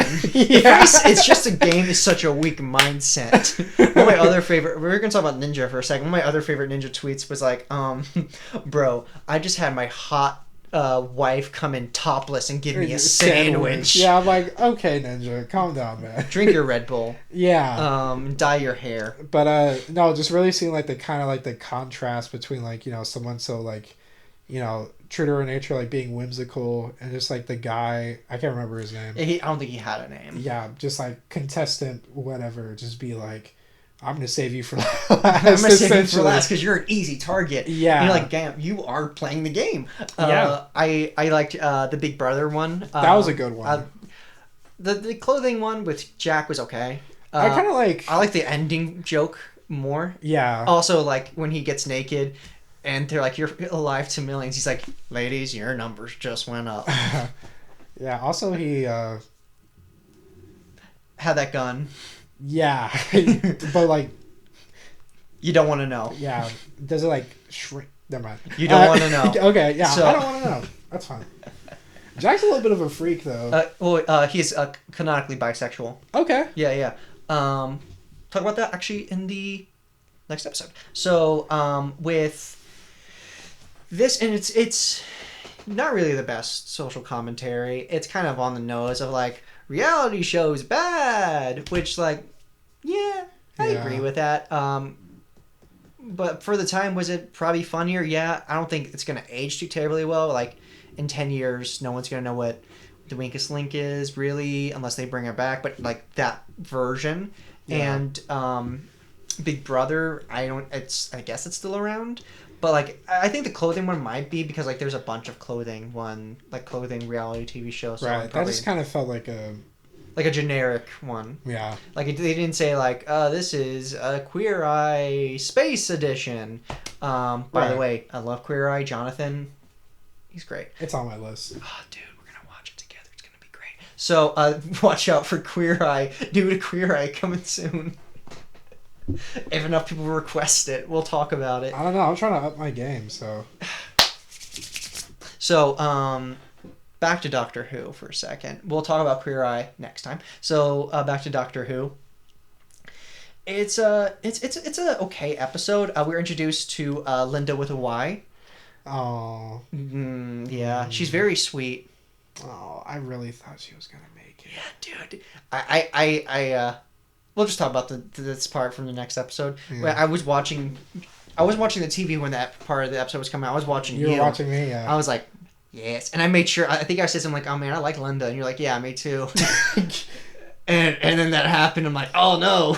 You terrible man. You knew exactly what was going to... No! Linda with a Y. She was so sweet. I thought she was going to be the new companion. That's. I mean, they do that a lot. Is like they set people up and then they rip your heart out. Because Doctor Who just wants you to feel pain. Well, they did a good job. They did a great job. Is there anything else you kind of want to talk about with Bad Wolf, or do you just want to like, go straight into Parting of the Ways? Yeah, so when I saw like the episode title, instantly like Leonardo DiCaprio and me, where it's this, that's it. That's it. Yeah. Okay, I love that. Last thing I want to talk about this episode is the reveal of the Daleks. Yes. Wow. You did not see that coming. Because I know I remember you specifically going like, who's behind this? Yeah. What even is this? Like, what's happening? So like, give me in your like, I want to hear your mindset. Like, so I was like, okay, this is like the same like spaceship from like however many episodes. Adam Mitchell episode. This is the same one. You know, like the humans are free. Like everything's gonna be all awesome and great. And it's like they're in like the same thing but worse. And I'm like, well, what happened? Like, we were doing so well, you know? And it's just like, you know, like the reveal with like I was like, oh my God. And like, I thought that was the only one. I thought Yeah. And then like just to see like It's a fleet. and there's like this big old Dalek. I was The like, Dalek Emperor, like yeah, with this booming voice. I am the god of the Daleks. yeah, and he seemed so proud to strip his people of emotions, and I was just like, oh, this guy better blow up or something. Well, a part that always like made me go is the fact that those Daleks have a little bit of human in them. That's right. That's right. So my guess is that they kind of like took the Dalek that was already on Earth and like they kind of like did some like Genetic modified. Yeah. They I don't think they ever really explained it. It's just like Time War stuff happened. Yeah. If the writers ever get into a bind, they just go Time War, and we're like, okay, that's fine. That's fine. It makes sense. Time Force. Power Rangers. Nice. That was a good one. Oh, dude, let's talk about Power Rangers. So my favorite Power Rangers is actually in space. Really? Yeah. I like what is it, Dino Fury? Basic. So back to. I don't think I'm in frame. Well, okay. So back to Doctor Who before I roast you some more. Yeah, that's fine. It's deserved. It's deserved. So, Bad Wolf. It's a good setup. Yes. Parts of it I'm like rush it a little bit. Yeah. You can tighten this up. I would probably give it like a 7. I would give it an 8 just for the fact like I was kind of like mentioning throughout the video. It's just like, okay, like this feels like the episode where it's just like everything's it's like the meme. Oh yeah, it's all coming together. Yeah, exactly. Major crunk energy right now. Major crunk. I miss crunking. Don't worry, sweetie. I'll crunk with you. Is that from something? It's from The Simpsons. God, you know when Marge is like this? And that meme? Yeah. Okay, cool. Now I need to rewatch that episode. Dang. All right, cool. So, Series 1, Episode 13, lucky number 13. Oh, boy. Parting of the Ways. So...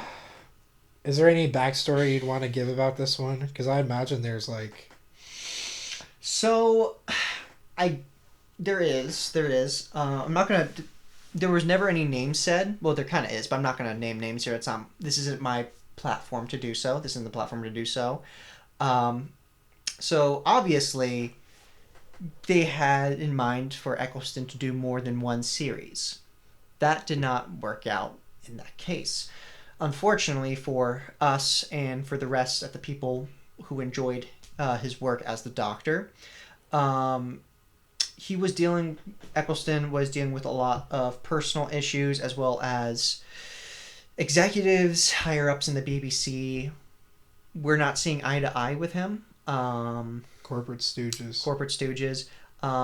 And I think it's okay for me to discuss this because Eccleston has talked about it openly, but during his time as playing the Doctor, he was dealing with eating disorders and body dysmorphia. Oh. And that was another reason why he hesitated to come back to the 50th anniversary, or why he waited so long to come back in any form, just because he wasn't in a great mindset when he was playing this role. And, mental health first. Always. Totally agree with you. I said some things when I was younger. Like, I didn't understand why he left. I said some stupid stuff, and then now when I realize, I'm like, oh, I'm just an idiot. But, I apologize, Mr. Eccleston.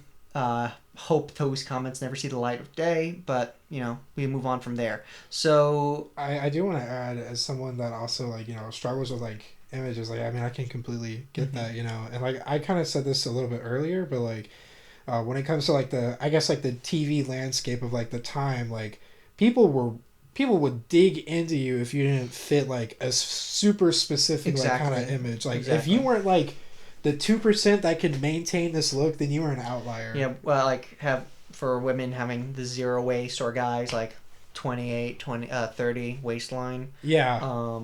Then you weren't going to be on TV unless you were a punching bag, unfortunately. But, I'm wishing Mr. Eccleston, hope he's feeling better, hope his mental health is doing better. He has been coming back more and more to Doctor Who. He's done Big Finish work, and he's more able to talk about now, which I'm very glad to hear his side of the story because we didn't hear it for so long. I really enjoyed you, Mr. Eccleston. If you like, seriously, you were the perfect introduction to the series. Thank you so much for your work. So, all right, let's move on. So, all right. So, parting of the ways. Man, what a absolute masterpiece. Yes, I mean, in every sense of the word. Yeah. So, I don't know where to start with this. Well, I think we should start from the beginning of the episode. But it's time travel, so start in the middle. So no, okay.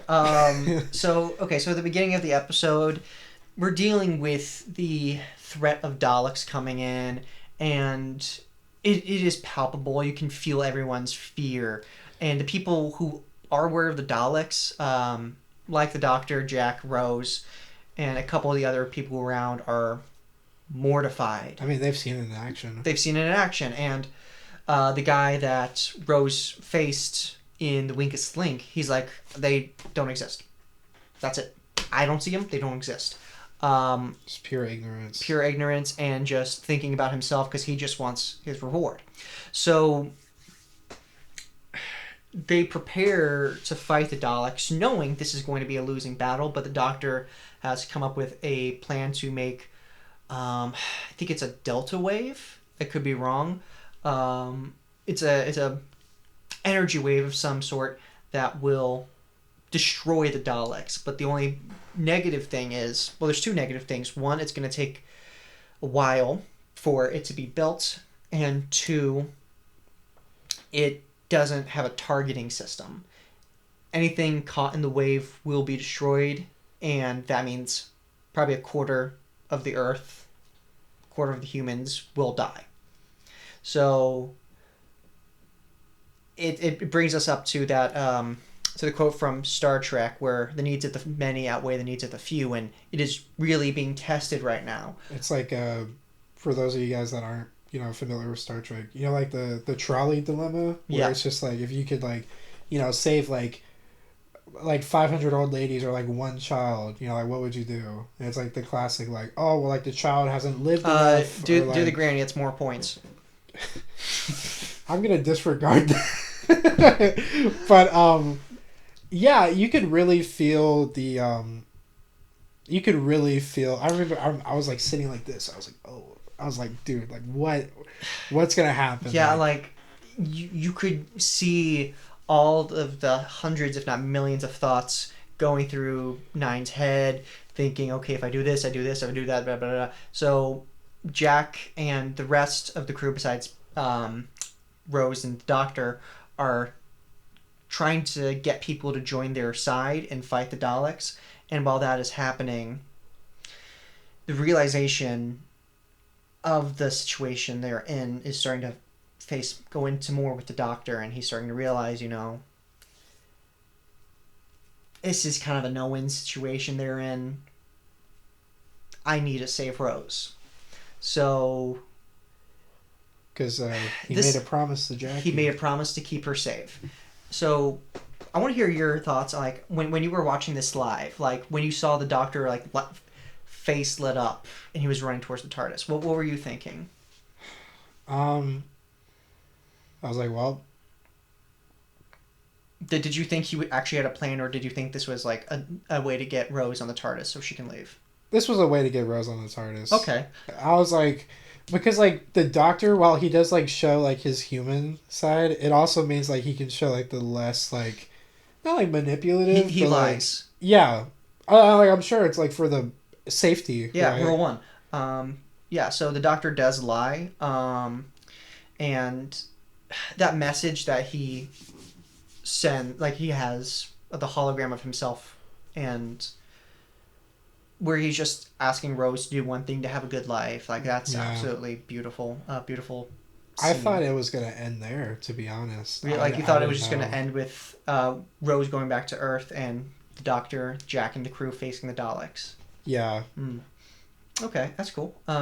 Interesting. So, then Mickey shows up. Oh, Mickey! yeah. So, It's such a quick line, but it's one of my favorite lines. So it's like when Jackie, Mickey, and Rose are in the restaurant. Yeah. And they're like eating. Rose is just like, I don't want to be here. I don't want to be here. I don't want to be here. This is so normal. They're fighting. I don't want to be here. And Mickey and Jackie are having this conversation. And Mickey's like, hey, did you hear there's a new pizza place they're making down there? And Jackie goes, oh, what are they selling? Pizza. Yeah, it's so stupid, but it's my kind of humor where it's like, you don't pay attention, but it's so funny. I mean, it's like, I've had moments where it's like, someone's like, oh yeah, like, or like I'm talking to someone and they're just like, oh yeah, did you hear about like, like this new movie? And I'll be like, oh, well, like, what's the movie about? And then they'd like be like, oh, well, like, I don't want to like spoil the movie or whatever. It's like you're kind of like half listening, but it's like you're also, it's weird. Yeah, I can't explain it, but it's just such a small little thing. But I think about that all the time. Like there's a pizza place they're building. Oh, where they're selling pizza. Yeah, makes sense. Oh, they could have had like hot dogs. But then Rose absolutely flips out. She's like, I don't want to be here. You guys stink. You guys stinky are smelly. Poo-poo. Yeah. Poop. You guys. Hey, that's not a curse. You guys are poopy heads. It's okay if I do it though. Okay, so and then she explains like with the doctor, it's not about the traveling. It's about like a better way of life and thinking better of people, and. But like, how belittling do you think that was for like? Oh, extremely. For Jackie and Mickey. For her mom, probably like, oh, I'm not good enough for you. That's what you're saying. Yeah. Because like she says, I was like, oh, so he's better than us, and Rose is like, no. Yes.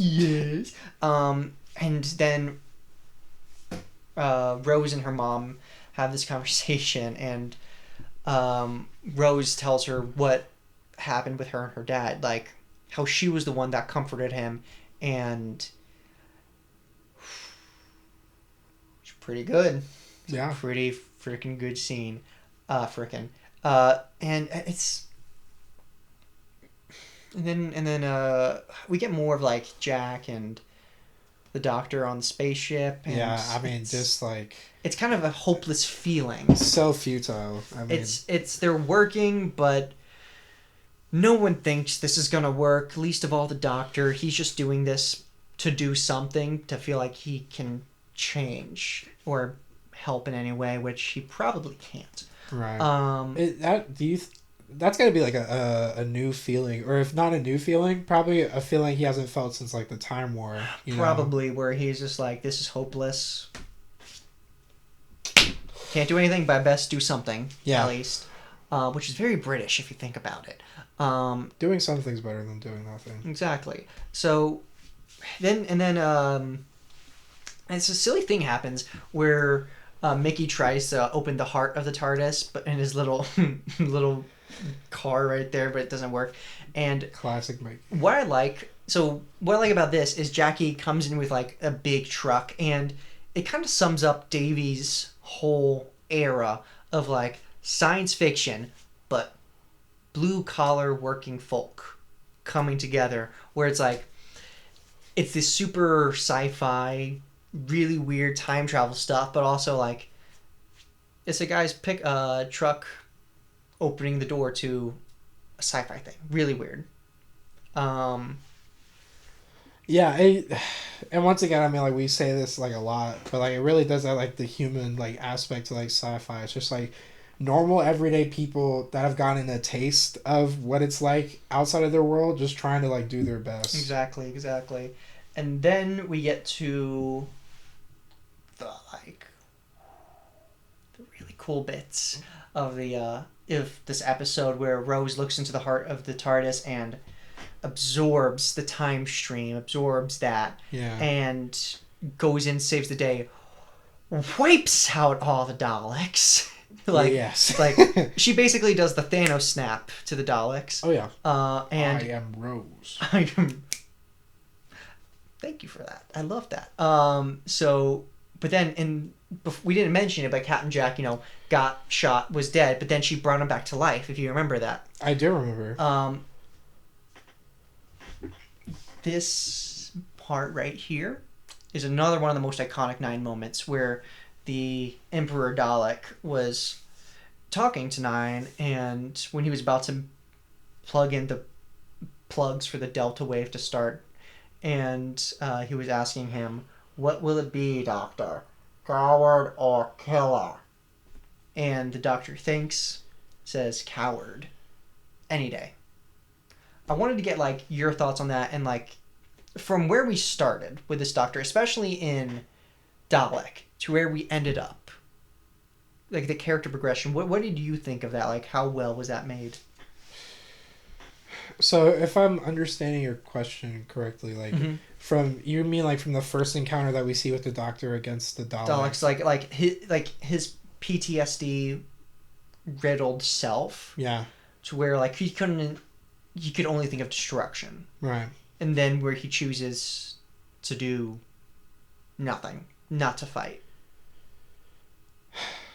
I mean, man, like when I first saw it, I was just like, like, it was like the first sense of like, I guess, defeat that I've like really seen, from the Doctor, where he just like, I mean, like really, if you think about it, like Rose like pieced together like Bad Wolf and like came back and like totally clutched the day, right?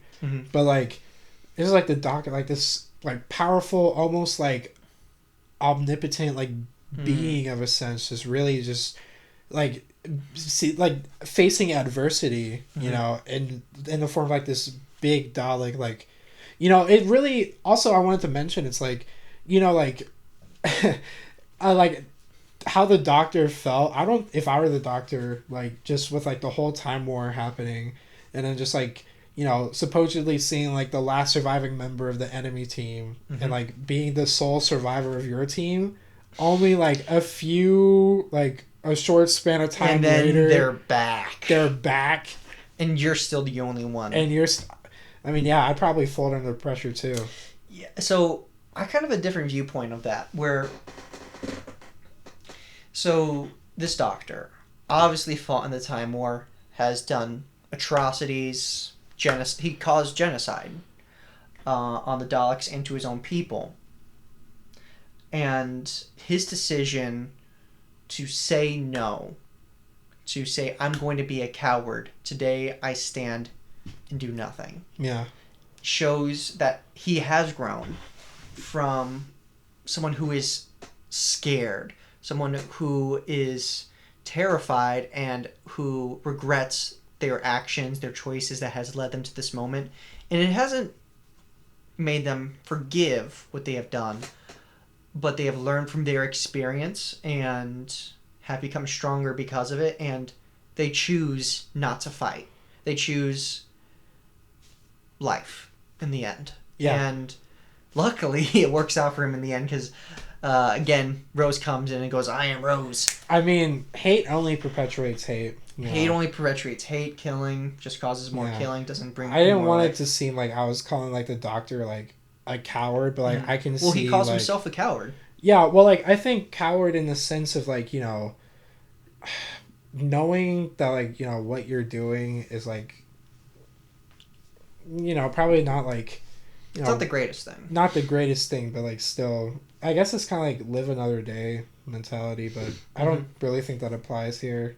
It could, but no, I thought it was really good. Yeah, I really appreciate Christopher Eccleston's acting and his absolute vulnerability when he really needs that, and it perfectly shows, and you feel him, his old self kind of coming back and being like, do it, you need to end this. Like you can end the toxic masculinity coming in and being like, do it, and then like assert your dominance. Yes, and then his new self, his self that was born out of Rose and born out of their friendship and love, come in and say no.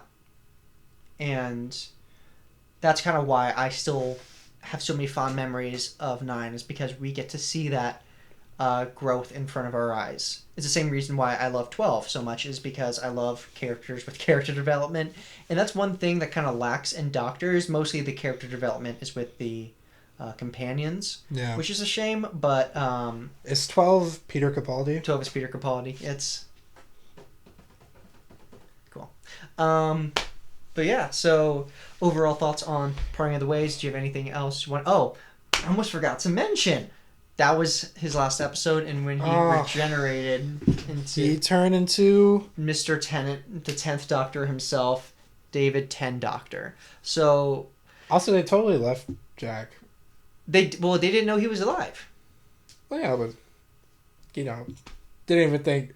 Doctor's like, yeah, I got in my smooch. Let's get out of here. I mean, if you smooch Billy Piper, would you be thinking about someone else? No.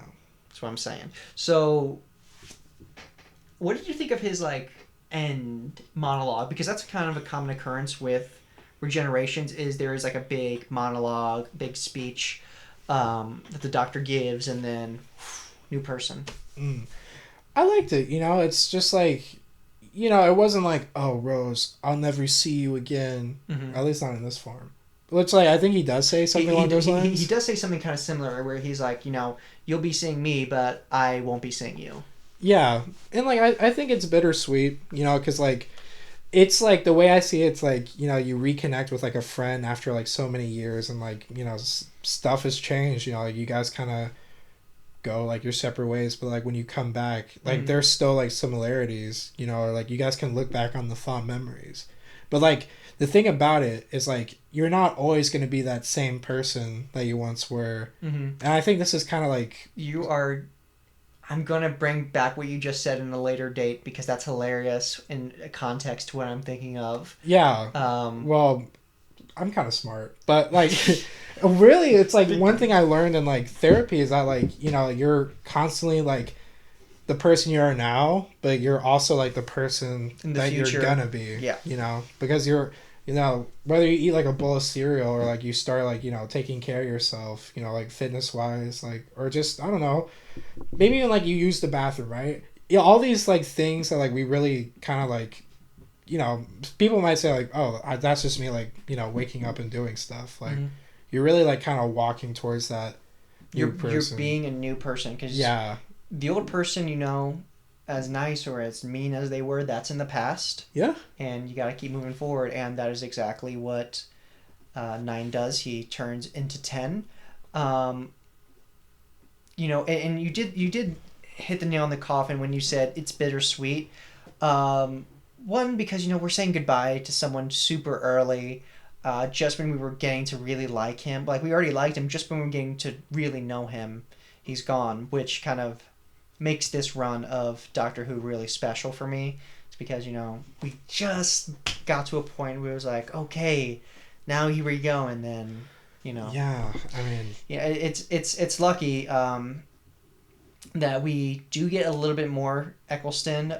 He has returned in Big Finish, which I'm not sure if I've discussed with you. That's the radio program. Yeah, so right? Big Finish, for those of you who aren't aware, is a company that do audio dramas, radio dramas, and Eccleston did do a box set. They released it earlier this year. I have not listened to all of it. I'm just not great with doing audio stuff. ADHD. I need visual stimuli. But yeah, so Doctor Who Series 1. Alright, so thoughts, critiques, and what do you hope to see in Series 2? Well, first I gotta give my ratings for the... Oh, of course, I'm dumb. Okay, so first part... Bad Wolf. 9. I was gonna say 7. 7? Yeah. I really enjoyed it. I think it's good. Second part, 10. 10. 10.5. 11.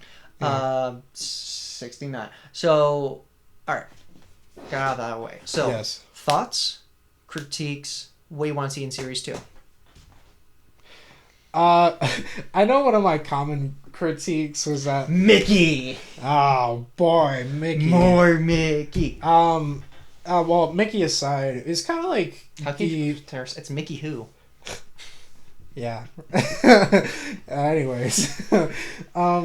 I don't know if it was just the format of just the DVDs that we were watching it on, but it felt at sometimes the audio was just yeah, way too the music would be music's high and the music audio was right here. Yeah, the music's swelling. It's do do do do do do, and the Doctor's I'm like, What?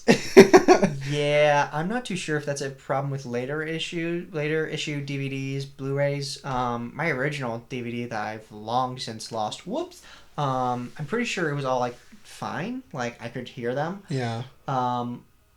Subtitles next time. But Okay. so okay. So audio side. Is there any Yes. other critiques? Honestly, I feel like a lot of people would say like the quality, but like like when I say quality, I mean like camera quality or like I guess like Yeah. I don't want to say like it worked, but like I'm used to watching like kind of retro stuff in a sense. Like low, like not like HD stuff. Like it's standard. Yeah, Standard it just felt like definition. very standard. Yeah. And it does get a lot more dynamic in its lighting, its camera work, and everything like that.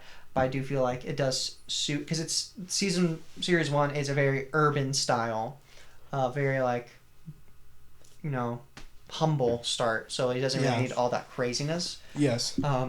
It does get there at some points, but I feel like it knows what it needs and it doesn't really go too crazy with it. Yeah. Costumes for the most part, I really like the costumes or just like the like the different like aliens that we see.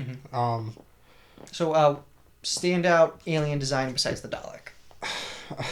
Honestly, the guy in the jar or whatever. Face of Bow. Yeah. Yeah, That guy. That's a super cool